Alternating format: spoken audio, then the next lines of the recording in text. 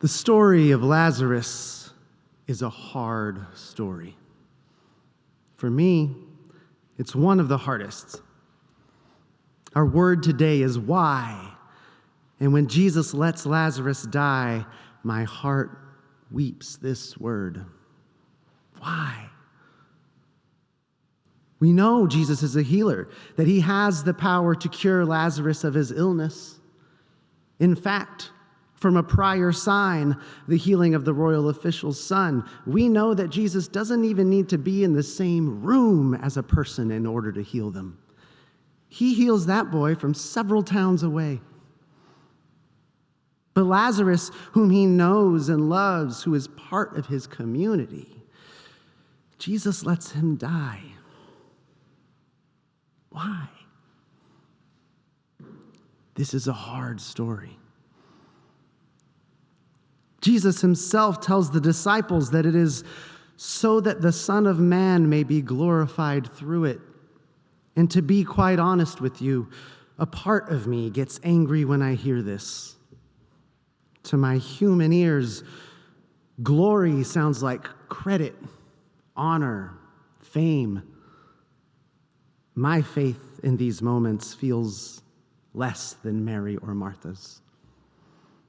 They accept, they believe, and they follow. Me, I get caught in this feeling of anger. How is it that our Savior, the one who has come to save us, would let his friend, our friend, die through inaction? And when pressed on it, he says that it's for glory. What? It sounds cavalier, almost. All this to look good so he can show off? A friend told me recently that confusion sometimes surfaces as anger. And I must admit that this captures quite well what I feel at the beginning of this story. Someone I love and trust, the teacher whom I follow, is doing something totally different from what I'd come to expect, and at a moment when the stakes are so high, life hangs in the balance. It's confusing. I thought I understood what Jesus was up to at this point, and it's painful, perhaps even a bit frightening, to discover that I don't understand. Remember, though, that in the Gospel of John, these are not miracles or feats of strength, but signs. Signs that tell us something particular about who Jesus is and how he works. Last week, we talked about the man blind from birth and the fact that Jesus always has a specific instruction for us, and that these invitations to participate are part of our proof that God is non-coercive, that preserving our choice is part of how God loves us. This is true in the Lazarus story as well. When he finally arrives at the tomb, Jesus asks the people gathered to move the stone. He commands Lazarus to come out, and he tells the people to unbind Lazarus and let him go. But this sign is doing more than confirming the previous ones. It's more than raising the stakes. The resurrection of Lazarus, and specifically Jesus' choice to show up late, tells us something new. Jesus is not here to stop the bad thing from happening. He is not here to circumvent suffering or intercept catastrophe. Jesus comes to transform it. He journeys to the heart of our darkness, right into the middle of humanity's suffering and anger, and he shines a light that not only reveals truth, but reshapes and rebirths the reality of our pain. Where once there was an ending, a new way is made. This is the lesson. This is the glory. This is what Jesus implies when he tells the disciples that this illness does not lead to death. It doesn't lead to death. It leads through it. Look again at the sequence of events. Jesus delays their arrival, and when he and the disciples reach Mary and Martha's home in Bethany, it is a place of communal mourning. People had come from Jerusalem to express condolences and offer comfort to this grieving family. Enough people for Jesus to call them a crowd. Jesus doesn't go straight for the crowd or the tomb, though. He takes the time to meet one-on-one with Martha and then Mary. He hears their laments, their bargaining. He is present to their pain, their weeping. He weeps. He takes the time and is open-hearted enough to be disturbed. This suffering that he permits, this suffering that we so hoped he was coming to prevent, Jesus arrives and walks right into the middle of it. He feels it. He allows it to affect him, perhaps even to teach him something about us. And then the mourners invite him to see the body, to step further into their grief. And it is there at the tomb, when Jesus has come right to the center of their sorrow, that the transformation occurs. Lazarus walks. The dead man emerges from the tomb, newly created. Unbind him, says Jesus, and let him go. As if these strips of cloth on his face and body are chains holding him back, shackling him to his old life. And we are the ones who must release him. Letting Lazarus go, unbinding him and letting this glimpse of new creation walk freely is, in fact, our final task in this, the last sign on the road to Easter.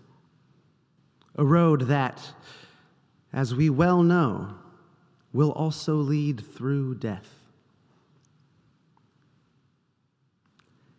It's not easy to accept that Jesus allows suffering in the world and in our lives. Who among us has not known despair? Who among us has not suffered loss? Has not found themselves praying that desperate prayer, Lord, please stop this from happening. If it is possible, let this cup pass from me. There are times when part of me still drifts toward that other crowd, shouting for Barabbas, wishing for a different kind of Messiah, someone who will vanquish my enemies, put an abrupt end to all this suffering, someone to be my defender. But that is not who Jesus is saying he is. And what can I do but return to him?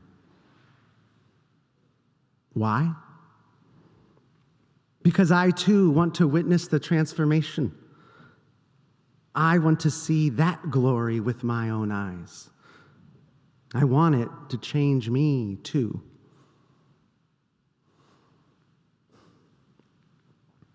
Tomorrow, I go to Mount Sinai Hospital for my very last day of clinical pastoral education, or CPE for short. CPE is a requirement for ordination in many Christian denominations, including the United Church of Christ, of which we are a part. To complete the unit, I will have logged 300 hours as a chaplain intern at the hospital since the unit began, which, with ongoing apologies to my wife, just so happened to be the week after our wedding. Every Monday and Friday since the end of October, I've taken the train to the Upper East Side to join a team of chaplains from many faiths, working together to bring spiritual care to the sick and suffering people of New York, our neighbors. It has been a tremendous, deeply formative experience. It challenged me in ways I didn't even know I could be. And it strengthened my faith in ways I could not have imagined. I want to tell you all one story from my time at Mount Sinai. In some ways, it's not the most remarkable or dramatic story I could tell. I certainly met with patients whose situations were more dire, where I was perhaps called upon a bit more deeply. But I remember this visit vividly because it represented something of a turning point for me. The patient, we'll call her Michelle, was a Latina woman in her early 50s. She was experiencing symptoms consistent with kidney failure. And the doctors had told her as much, although they were still running tests and developing a prognosis. When we got to talking, she told me about her career in caregiving as a home health aide, how much joy it brought her to serve her neighbors like that, and how this felt like an expression of her Christian faith. At the same time, she was experiencing estrangement from her daughters and especially from a hospital bed, feeling the loneliness of social isolation. When we talked about hopes for the future, Michelle expressed deep sorrow at the idea that her new condition might end up preventing her from doing the work that has given her life so much meaning, and fear that such a turn would end up exacerbating her isolation. One of the hardest parts of CPE for me has been constantly confronting situations that I can't fix. I want to fix everything. I've had such a privileged life. I'm the recipient of so many unearned gifts. I just want to turn that benefit around and fix everything for everyone. It's not reasonable or feasible. And the hospital is a particularly humbling place to be reminded of this. But this lesson has turned out to be one of the most important. As my aunt told me the other day, she's an Episcopal priest in San Francisco. She said, we're all familiar with the phrase, don't just sit there, do something. Well, CPE really teaches us the opposite. Don't just do something, sit there. The visit is not about solving the problem. You can't. It is, as much as anything, about simply being present to a person's pain. Presence is far more powerful than most of us realize. Michelle and I spoke for about 30 minutes, naming hopes and fears, unable to do much but wait for more information to come down the line and reveal what kind of life she'd be stepping into when she left Mount Sinai. She was conflicted, but trying to put on a brave and happy face, partly for me, I think, and partly for herself. As we came to the end of our time, I asked if she would welcome prayer, and she said yes. What we as chaplains do with our bodies while praying varies from patient to patient. But in this case, Michelle reached out for my hands and we closed our eyes. We prayed for God's spirit of peace and calm to fill the room, for blessings upon the nurses and doctors on her care team, for the safety and well-being of her daughters, even if they were in conflict. We prayed gratitude for her life's work up to this point, and for guidance should her path change direction. And we prayed blessings on Michelle's body, that it may do the healing it must according to God's will. And I tell you, when we opened our tearful eyes and looked at each other, I swear, her face was transformed. I hesitate to put it into too many words, but it was as if she were a new person. I felt like those bystanders in Jesus' signs, seeing the healed person and barely recognizing her shining face. When we ask ourselves, why follow? This is my answer.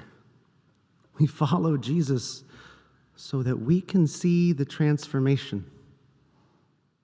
Not to be impressed, not to say we did, but so that we may be a part of it. We follow Jesus into the places of suffering, and just as he did, offer a prayer and invite God to do that which only God can do. We have a role to play in transforming the suffering of the world, and the good news of our faith is that whatever mysteries lie on the other side of that transformation are far more brilliant than the safety of protecting things as they are. Earlier in the Gospel of John, Jesus tells a man that unless you see signs and wonders, you will not believe. I used to read that as a commentary on the man's weak faith. But you know what? I think it's true of me too. Not because I need Jesus to prove how powerful he is, not because I need convincing, but because these signs put me in a state of wonder. Some might call it awe, where the vastness of God's imagination and the way that gets made out of no way are suddenly visible, even if only for a moment. How can you put that into words? You have to be there. You have to feel it. Presence matters. Your presence matters.